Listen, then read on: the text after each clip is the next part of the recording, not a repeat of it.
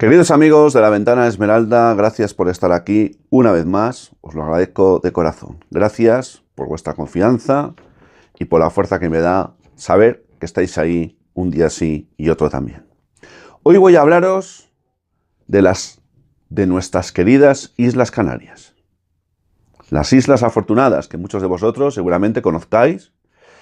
También muchos de vosotros estaréis escuchando desde allí porque seréis canarios o residiréis allí.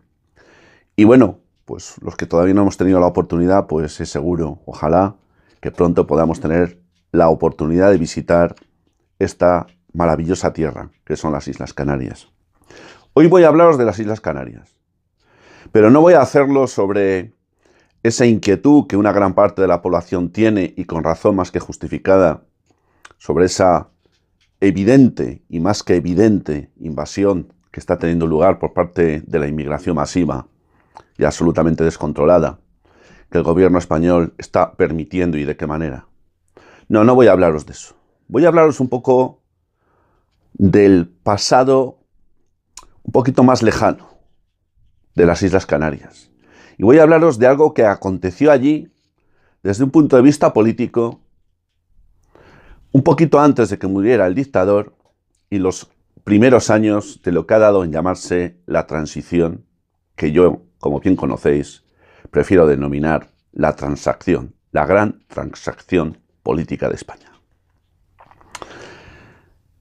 Los que ya tenemos algunas canas, o algunas muchas, seguramente hayamos oído hablar alguna vez de un movimiento político que hubo en las Islas Canarias que preconizaba la independencia de las islas. Seguramente todos aquellos que seáis más jóvenes, es muy probable que nunca hayáis oído hablar de esto, pero esto forma parte también de la historia de España, y yo tengo que reconocer que hasta hace muy poquitas horas, pues no he tenido la oportunidad de profundizar en un tema tan espinoso y que tuvo una gran importancia en su momento. Y no estamos hablando de hace 2 siglos, ni de 1, ni de 3, ni de 4. Estamos hablando de los años anteriores a la muerte del dictador. Estamos hablando de lo que sucedió en las Islas Canarias entre 1964 y 1979 principalmente. Es decir, históricamente hablando, hace 4 días.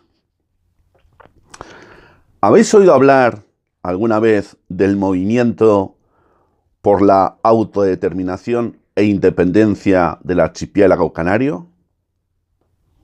Así dicho, suena un poquito rimbombante, pero a lo mejor os suena más si os digo: ¿habéis oído hablar alguna vez del M-Payac?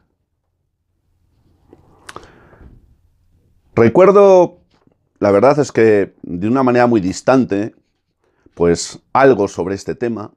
Recuerdo haber oído, cuando era yo muy pero que muy adolescente todavía, haber oído hablar de un personaje llamado Antonio Cubillo, y la verdad es que, pues no sé si en algún momento he vuelto a retomar el interés por este tema. Yo prácticamente tengo que reconocer que hasta hace muy pocas horas pues era un desconocedor casi absoluto de lo que había pasado allí. Sí conocía la existencia de este movimiento, sí me sonaba el nombre de este personaje, pero no lo había estudiado. Voy a dejaros un enlace a un vídeo magnífico que hay al respecto para todos aquellos que queráis ahondar en todo lo que voy a contaros a continuación, que no va a ser excesivamente largo. Mirad, cuando muere el dictador, en la España de aquel entonces, noviembre de 1975, había en España diferentes organizaciones calificadas como de terroristas, porque algunas evidentemente lo eran. El FRAP, el Grapo, ETA, Terra Llura. También se incluía al M-Payac.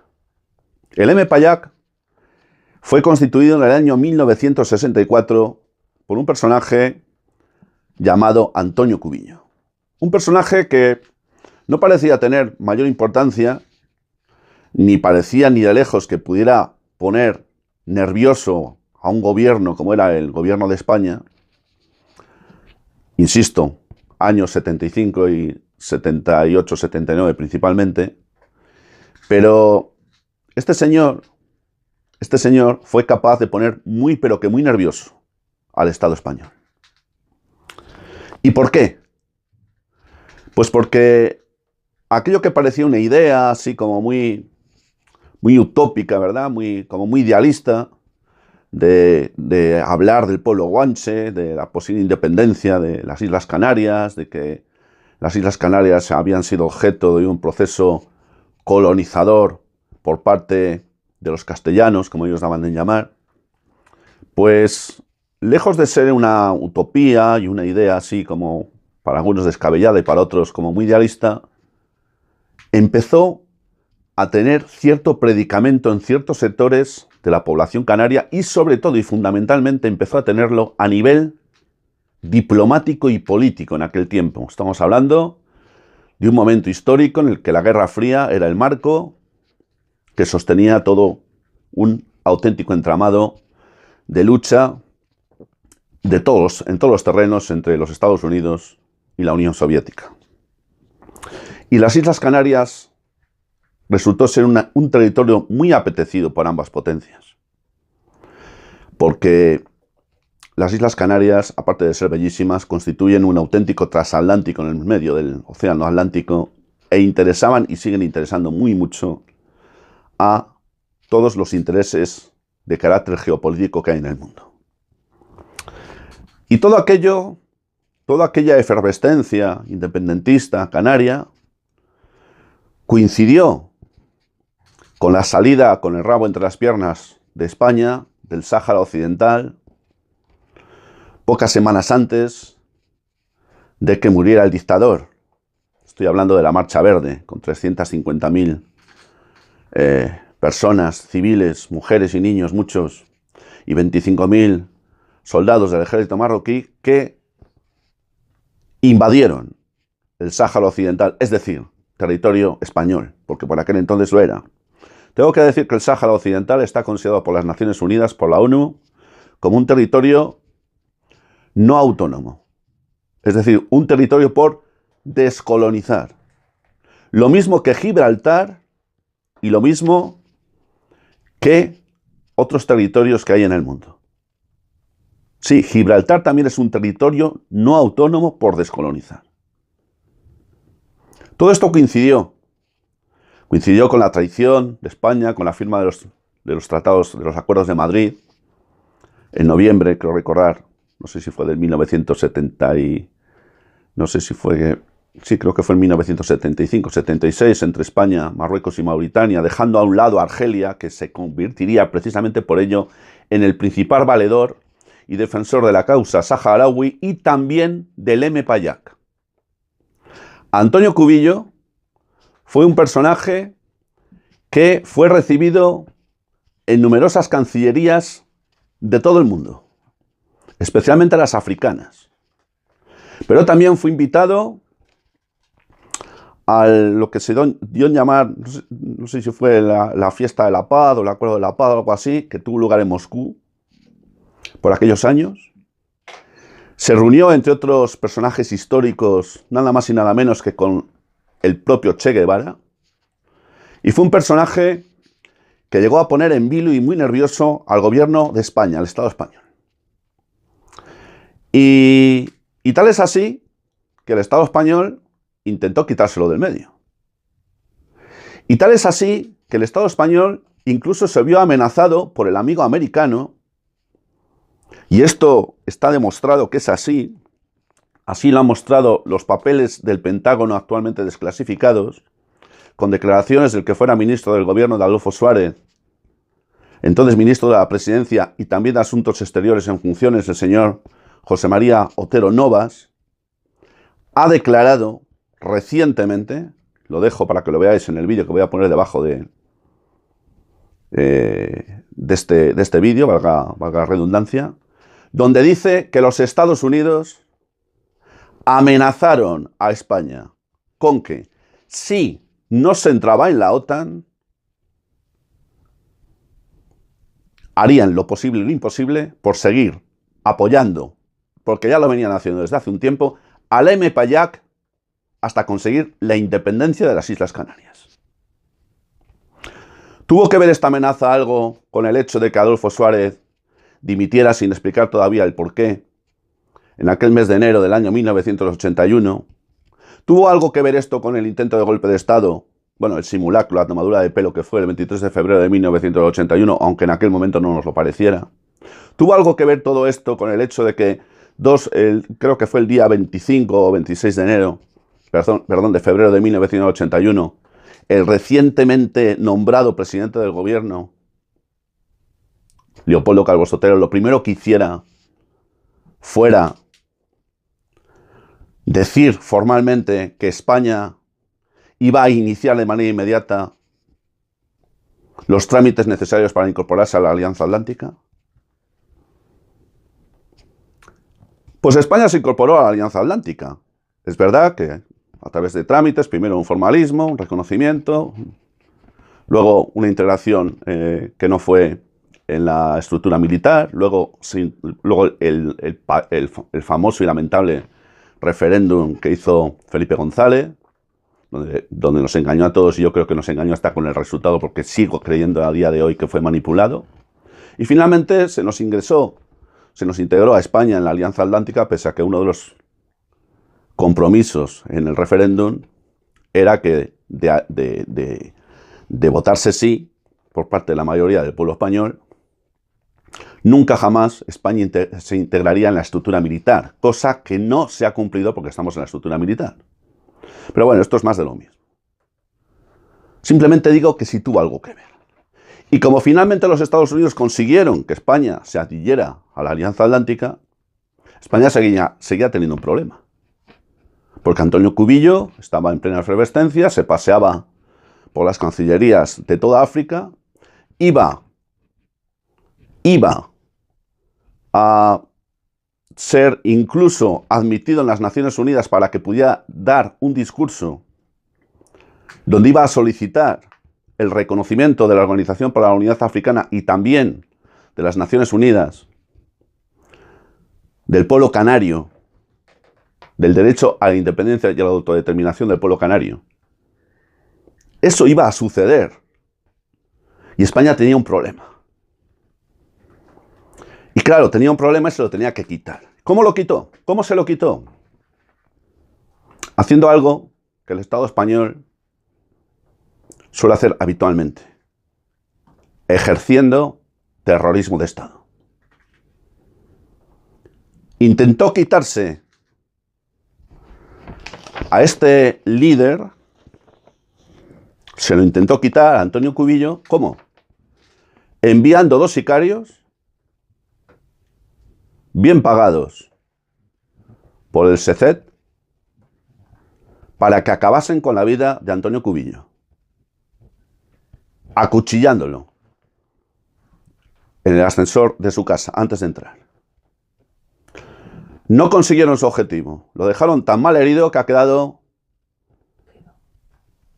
quedó, que ya no vive, inválido de por vida y postrado en una silla de ruedas. Lo que os estoy contando está demostrado, porque el presidente argelino de aquel entonces, Walid Boumediene, que había sustituido al líder independentista que había ganado la guerra contra los franceses, Ben Bella, consiguió en menos de 72 horas detener en Argel a los 2 presuntos asesinos, que después resultaron serlo, de Antonio Cubillo. Uno de ellos fue condenado a muerte. Se le conmutó la pena y fue indultado 7 años después. El otro a 20 años. Cuando salieron de prisión, afirmaron rotundamente, y en el vídeo lo podéis ver porque están ahí sus declaraciones, sus caras, y se les ve muy bien decirlo como lo dicen, que fueron pagados por un tal Conesa, de triste recuerdo, y por los aparatos estatales del espionaje español. ¿Os suena algo los GAL que sucederían después? ¿Os suena algo lo que sucedió con el Teatro Scala en Barcelona en enero del año 1977? Sí, queridos amigos. De esto sabe muy poca gente. Pero si quieren se pueden enterar. Y yo tengo el deber de compartirlo. Porque, vuelvo a insistir, hasta hace muy poco tiempo yo no sabía nada de esto o muy poco. Sí. ¿Y sabéis quién estaba al mando políticamente de toda esta historia cuando estos asesinos intentaron acabar con la vida de Antonio Cubillo? Cuando la larga sombra del CSIS estaba detrás, de los antiguos servicios secretos, así denominados hoy CSIC, antes CSET. ¿Sabéis quién estaba detrás? El siniestro y despreciable Martín Villa. Ese canalla con patas, que creo que por desgracia para la vida todavía vive. Sí. Pero lo de menos es que se llamase Martín Villa. Luego se han llamado de otra manera, ya han pertenecido a otros partidos. Esto no hace más que demostrar lo que he dicho tantas veces, que el cáncer es el Estado, y que no hay mayor enemigo contra la libertad que el Estado. Y también no hay mayor enemigo contra la libertad de los pueblos y el derecho a su autodeterminación que el Estado o los Estados. Yo no voy a decir aquí si el señor Antonio Cubillo tenía razón o no. No contaba con demasiado apoyo en las Islas Canarias, pero contaba con una cierta simpatía. No voy a decir si no soy quien, ni tengo elementos de juicio para valorar si aquellas ideas eran descabelladas o contaban con alguna fundamentación. Pero lo del M-Payac existió, Antonio Cubillo existió, Radio Canarias Libre existió, sus encuentros y sus recepciones en la práctica totalidad de las cancillerías de los países más importantes del mundo no alineado de aquel entonces tuvieron lugar, y el gobierno español se puso muy nervioso y el Estado español se puso contra las cuerdas. Porque si no tenía ya pocos problemas con los que tenía en el año 75 y lo que fue los años de la transacción, Antonio Cubillo fue un grano en el culo más. Y había que quitárselo. Y estos no saben quitarse las maneras a los que no les gustan de otras maneras diferentes. Queridos amigos de La Ventana Esmeralda, espero y deseo que cuando menos haya sido de interés para vosotros escuchar lo que os acabo de contar.